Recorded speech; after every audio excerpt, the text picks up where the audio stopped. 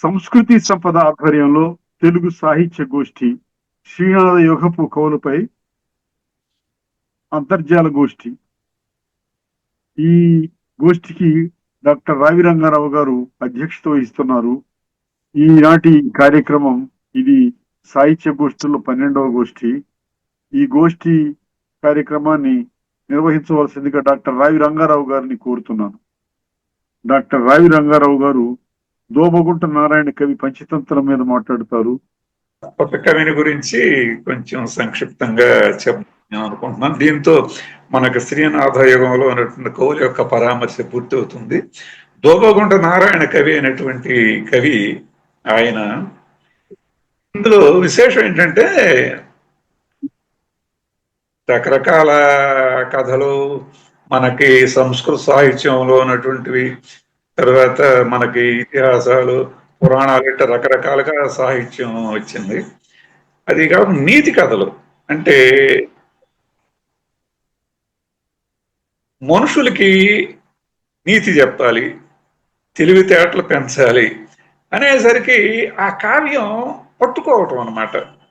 5వ శతాబ్దంలో రాసినటువంటి పంచతంత్రం సంస్కృతంలో రాసింది, దాన్ని తీసుకొని తెలుగులోకి అనువాదం చేయాలని ఆ అంకిత భావం చూశారు. అది ఎంతో ఒక లక్ష్యాత్మకమైనటువంటి దృష్టితో దోబగుంట నారాయణ కవి ఈ పంచతంత్రాన్ని తెలుగులోకి రాయటం జరిగింది అన్నమాట. ఇందులో ఆయన ఏమని చెప్పుకుంటారంటే, దోబగుంట నారాయణ కవి హరిహర భక్తు ఆర్యనుతు ఆంధ్ర కవిత్వ విశారదున్ మహేశ్వరవర మాననీయు కులవర్ధం శాంతు ప్రబంధ వాచకాభరణము నాగమాంబకును బ్రహ్మయమంత్రికి ఆత్మసంభవం సరసుని దోబగుంటపుర శాసను నారాయ నామధేయుని అని తనను గురించి చాలా చక్కగా చెప్పుకున్నారు. ఈ దోబగుంట నారాయణ కవి ఈ నెల్లూరు దగ్గర ఉన్నటువంటి ఆ పామూరు దగ్గర దోబగుంట అనేటువంటి ఒక గ్రామానికి చెందినటువంటి కవి. ఈయన రచన 1489కి ముందు ఇది రచన అని డాక్టర్ సూర్యదేవ రవికుమార్ గారు భారత్లో ఒక వ్యాసం కూడా రాసి దాన్ని చక్కగా నిరూపించారు. తర్వాత దోబగుంట నారాయణ కవి ఆయన ఎంత వినయంగా చెప్పుకున్నారు. పద్యం కూడా మనం కవులకి ఆదర్శంగా ఉండే ఒక పద్యాన్ని గురించి చెప్తారు. చెప్పిన నా కవిత్వము రుచింపని టావులు చూచి చెప్పుడి, తప్పులు లేనిచో అవుకదాయని తీర్పుడు మాటి మాటికి, చెప్పకుడొప్పు తప్పనుచు చెప్పగా నేర్చిన వాని కొక్కచో తప్పులు లేక మానవని తజ్ఞులెరుంగుడు మీకు మృక్కెదన్నని చక్కగా ముందుగానే తన గురించి ఈ కావ్యాన్ని ఏ రకంగా అర్థం చేసుకోవాలనేటువంటి పాఠకులకు ఒక దారి కూడా ఇచ్చారు. అట్లా ఈ పంచతంత్రంలో ఆయన తీసుకున్నటువంటి ఆ పద్యాలు, ఆ శైలి అంతా చాలా జనరంజకంగా ఉంటుందన్నమాట. ఈ సుదర్శనటువంటి రాజు పాటలిపుత్రాన్ని పరిపాలిస్తున్నాడని, ఆయనకి మరి ఆ రాజుగారి కుమారులు సరైన తెలివితేటలు లేరని, వాళ్ళకి తెలివితేటలు లేకపోయేసరికి వాళ్ళు పనికి మాలిన వాళ్ళుగా తయారవుతున్నారని రాజుగారు దిగులు పడటం. అప్పుడు ఇదంతా కూడా మరి విష్ణు శర్మ చూసి, మీరేం కంగారు పడకండి రాజుగారు, వాళ్ళందరికీ వాళ్ళని గొప్ప వాళ్ళని చేస్తాను, గొప్ప తెలివితేటలు పెంచుతాను అని ఆయన ప్రతిజ్ఞ చేసి ఆయన ఈ కథలు తయారు చేసి ఆయన సొంతంగా చెప్పినవి కొన్ని అంతకుముందు కొంత వచ్చినటువంటివి అటువంటి వాటిని కూడా తీసుకుని చాలా చక్కగా రాసినటువంటి పంచతంత్రం. అందులో ఈ రాజు ఏ రకంగా పనికి మాలిన పిల్లల గురించి బాధపడతా ఉన్నాడు అనేటువంటి పద్యాలు చూడండి ఎలా చెప్తారు. శాస్త్ర పరిజ్ఞాన గనులు గాని సుతులు కలిగిన తండ్రికి సొంపు గలదే అని బాధపడుతున్నాడు రాజు. రూప బల విక్రమాద్భుతాటోపులైన అధిక ధనవంతులైన ఆ అధములేలా శాస్త్ర జ్ఞానము లేనివారు అని బాధపడతా ఉన్నాడని రాజుగారి ఆవేదన. అది చూసి అప్పుడు విష్ణు శర్మ చదువు గొప్పతనాన్ని గురించి చెబుతూ ఉంటారు. కమనీయ విద్యత కామధేను భంగి కామితార్థములిచ్చు కామితార్థములు కలుగజేయు సజ్జన విద్వాంసు సంఘంబు లోపల మానుగా తను పెద్ద మాన్యుజేయు ఎన్ని దేశంబులకేగిన సాయమై తల్లి చందమున తన్ను బ్రోచు పన్నుగా తన పుణ్య పాపంబులెరిగించు సాధించు ఇహపర సాధనము అగ్ని కాలదు రాజుల కలవిగాదు నీళ్ల నానదు చోరుల పాలుగాదు సోదరుల చేత ఎప్పుడు పంచుకొనగరాదు. అటువంటి గొప్ప విద్య అండి. ఆ విద్యను నేను బోధిస్తాను, ఇదేం కంగారు పడొద్దని చెప్తూ ఆయన శైలి, దోపగుంట నారాయణ శైలి ఎంత సరళ సుందరమో అందరికి తెలిసినటువంటి ఒక పద్యాన్ని చెప్తా. అతి సమర్థులకిలా అసాధ్యంబు లేదు, పోవ ఉద్యోగికిని దూర భూమి లేదు, విద్య గలవానికెందును వింతలేదు, వరలు ప్రియవాదికిని శాస్త్రవంబు లేదు అని చక్కని జనరంజక శైలిలో రాసినటువంటి ఈ అనువాదం చాలా ఇందులో అనేకమైనటువంటి విషయాలు. అంటే ఇది తంత్రం అంటే ఏంటంటే ఒక ఒక పాలన, ఒక మర్మ, జ్ఞానం. అది 5 రకాలైనటువంటి ఆ విజ్ఞానాన్ని పెంపొందించడానికి దృష్టిలో పెట్టుకుని రాసినటువంటి ఇది కాబట్టి అందుకని దీన్ని పంచతంత్రం అనే పేరుతో వచ్చింది. అందులో రాజకుమారుడికి మరి పాలనా విషయాలని కూడా తెలివితేటలను కూడా బాగా పెరగాలి. అందుకని చెప్తున్నారు, ఒక పద్యం ఎలా చెప్తున్నారో చూడండి. నరపతి భృత్యుల తొడవుల నొరసి తగిన నెలవులందు నడుపకయున్నన్ చరణంబున చూడమని శిరమున అందియము పెట్టు చిలువము కాదే. అది ఉద్యోగస్తుల్ని ఇది బాగా గుర్తుపెట్టుకోవాలి. ఆ రోజు రాజులైనా ఇప్పుడు మన ప్రజాస్వామ్య ప్రభుత్వాలైనా ఎవరిని ఎలాంటి స్థానంలో ఉంచాలో అలాంటి స్థానంలో ఉంచాలి. ఉన్నతుల్ని ఎక్కడ ఉంచాలన్నమాట, నెత్తి మీద పెట్టుకున్నట్టుగా ఉంచాలి. అది వాళ్ళకంత వాళ్ళ నైపుణ్యాలు అంతగా లేనప్పుడు వాళ్ళని ఏంటంటే వాళ్ళకి తగినటువంటి కొన్ని తక్కువ స్థానాలు, అంటే అది తక్కువ స్థానం అని మనం తక్కువగా చెప్పడం కాదు, అది ఆ నైపుణ్యాలు వాళ్ళకి ఎక్కడ ఉన్నాయో వాళ్ళు అక్కడ పెట్టాలి. అంటే ఇప్పుడు తల గొప్పది, పాదాలు గొప్పవి కాదని మనం చెప్పడానికి లేదు. ఏంటి, తలకి ఇక్కడ చూడమని పెట్టుకుంటాం, కాళ్ళకి ఏంటంటే గజ్జెలు కట్టుకుంటాం. అట్లా ఉద్యోగస్తులను కూడా ఎవరు ఏం చదువుకున్నారో, ఏ నైపుణ్యాలు ఉందో, ఎక్కడెక్కడ వాళ్ళని పెట్టాలో అట్లా అద్భుతమైనటువంటి పద్యాలు కూడా ఇందులో మనకి కనపడతాయి. ఇంకా ఇందులో ఏంటంటే అసలు ఈ విశేషం ఏంటంటే వీళ్ళకి జ్ఞానం పెంపొందించడానికి ఏదో సూక్తులు చెప్పటం, తర్వాత అవేవి కాకుండా నీతి కథలు చెప్పటం, ఇదనమాట. ఈ కాన్సెప్ట్ ని ఎంచుకోవడంలో దోపగుంట నారాయణ కవి యొక్క గొప్పతనం ఉందన్నమాట. జనానికి పనికి రావాలి అనేటువంటి దృష్టితో ఆలోచించే కవి ఎప్పుడు కూడా ఎలాగ వినూత్నంగా ఉంటుంది. ఏం చేశాడు,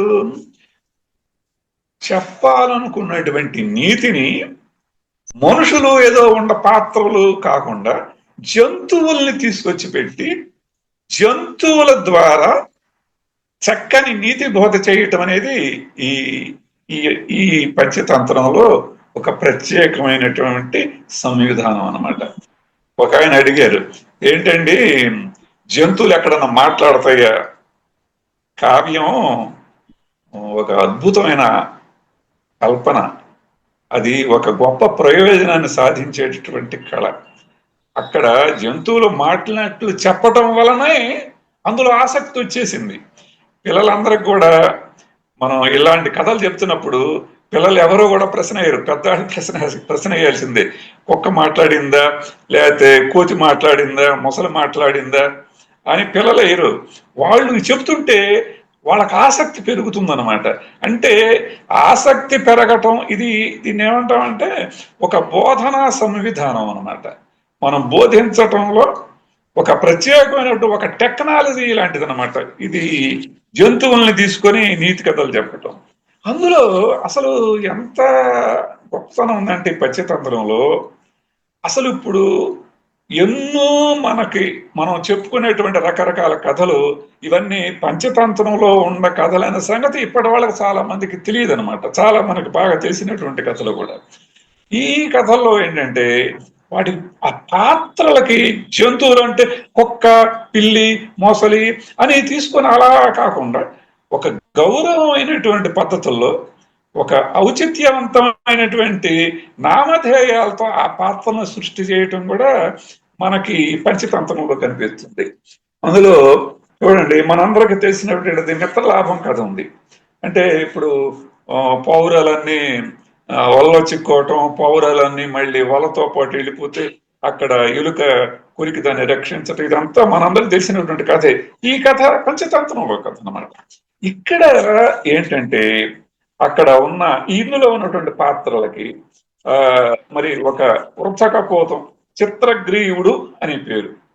అలాగే ఇంకొకటి ఏంటంటే ఎలుకకి హిరణ్యకుడు అని పేరు. తర్వాత కాకి లఘుపతనకం అని పేరు. ఇది నాకు అనిపిస్తుంది అనమాట. అసలు ఈ పంచతంత్రంలో ఉన్నటువంటి పాత్రలన్నిటిని కూడా ఒక్కోటి కనుక జాగ్రత్తగా తీసుకొని ఇక్కడ కాకి లఘుపతనకము అని ఎందుకు పెట్టడం జరిగింది, అలాగే చిత్రగ్రీవుడు అని ఎందుకు ఆ వృద్ధ పౌరానికి పేరు పెట్టారు, అలాగే ఎలుకను హిరణ్యకుడు ఎన్నన్నారు. ఇది జాగ్రత్తగా రాజగోపాల్ చక్రవర్తి లాంటి వాళ్ళు ఇది బాగా ఆలోచించి పాత్రల పేర్లు పెట్టడం మీద కూడా గొప్ప పరిశోధన చేయదగినటువంటి అంశం అన్నమాట. అట్లా ఇంకా ఇప్పుడు మనం అనుకునే చాలా కథలు, కోతి, మొసలి దుష్ట భార్య, ఇవన్నీ కూడా మనందరం చెప్పుకునేటువంటి కథలే. అలాగే కొంగ పీత, కొంగ తపస్సు చేస్తూ ఉంటది, ఇట దొంగ తపస్సు చేయటం, ఇవి మనందరికీ తెలిసినటువంటి కథలే. అలాగే కాకులు, గుడ్లగోబలు, ఇట్లా రకరకాలైనటువంటి పాత్రలు. తర్వాత ఇంకోటి మనందరూ తెలిసిన బ్రాహ్మణుడు ముంగిస. ఈ బ్రాహ్మణుడు బిడ్డను పెంచుకుంటుంటే మరి ఒక ముంగిసను కూడా పెంచుకుంటుంటే తొందరపడి ఇంటికి వచ్చిన తర్వాత చూసి పాము ఏదో అక్కడ కనపడితే పాము చూసి అది పామును చూడాల, ముందు చూడకుండా బిడ్డ అక్కడ ఏదో రక్తం కనపడిందని చెప్పి ఈ ముంగిస ఏదో చేసిందని చెప్పి ముంగిసను చంపేయటం, తర్వాత చూస్తే పాము కనపడటం, పిల్లాడు క్షేమంగా ఉండటం, ఇది అందరికీ తెలిసినటువంటి కథ. అంటే ఇలా ఈ కథలన్నీ కూడా జనంలోకి వచ్చినాయి. ఏంటంటే ఆ కథలో ఉన్నటువంటి ఆ కథాబలం, ఆ చెప్పిన తీరు అన్నమాట, అంత గొప్పగా. ఇది పంచతంత్రం బాగా నచ్చి చాలా అనువాదాలు తెలుగులో వచ్చినాయి.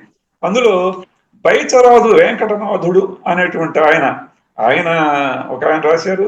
తర్వాత మన చెన్నై సూరి కూడా నీతి చంద్రిక పేరుతో 2 భాగాలు ఆయన వెలువరించారు.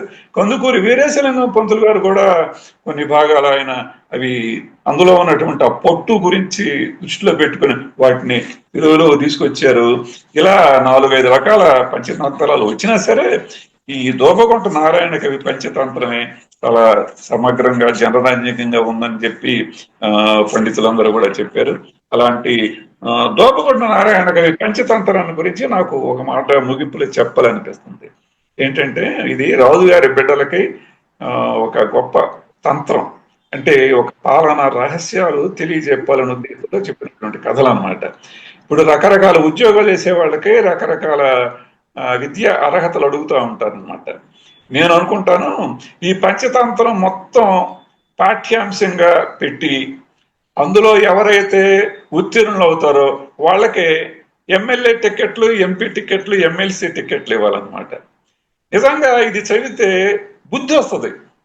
అసలు రాజుగారి కుమారులు ఎలా బుద్ధిహీనులు అయ్యారో అటువంటి బుద్ధిహీనులాగా ఈనాడు పాలకులు కాకుండా ఉండటానికి.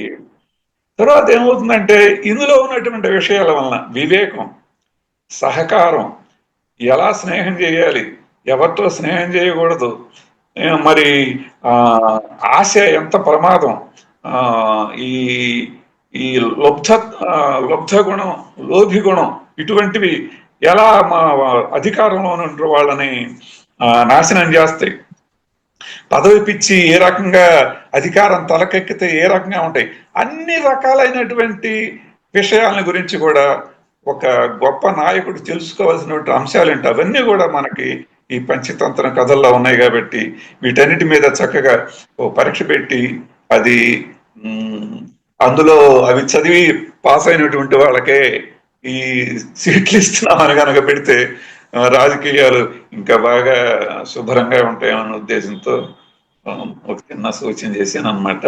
చాలా చక్కగా శ్రీనాథ యుగంలోని కవులని ఇప్పటికి మనం ముగించుకోగలిగాం. చాలా చక్కగా చాలా మంది భక్తులు ఈ శ్రీనాథుడి గురించి, తర్వాత శ్రీనాథ యుగంలో ఉన్న కవుల గురించి కూడా చాలా చక్కగా చెప్పారు. ఇవాళ తాళపాక తిమ్మక్క గురించి, మరి దగ్గుపల్లి గురించి మన అన్నపూర్ణ గారు, తర్వాత వినుకొండ వల్లభరాయుడు గురించి, కిరీడాభిరామ గురించి చక్కగా వేదాంతం రాజగోపాల్ చక్రవర్తి గారు చాలా గొప్పగా చెప్పారు. నాకు చాలా ఆనందంగా ఉంది.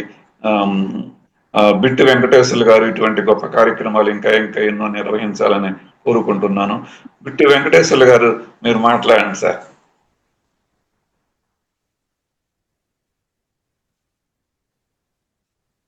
గోష్ఠి చాలా చక్కగా జరిగింది. మరి డాక్టర్ రావి రంగారావు గారు చక్కగా నిర్వహించారు. పంచతంత్రం గురించి అక్కడక్కడ చిన్న చిన్న కథలు విన్నాం కానీ టోటల్ గా రంగారావు గారు పరిచయం చేశారు. ఇది కూడా చాలా చక్కగా ఉంది. నేను చాలా పంచతంత్రం గురించి అక్కడక్కడ చిన్న చిన్న కథలు విన్నా కానీ టోటల్ గా ఇప్పుడు వినలేదు. ఇప్పుడు ఈ సందర్భంగా మీ ద్వారా వినగలిగాను.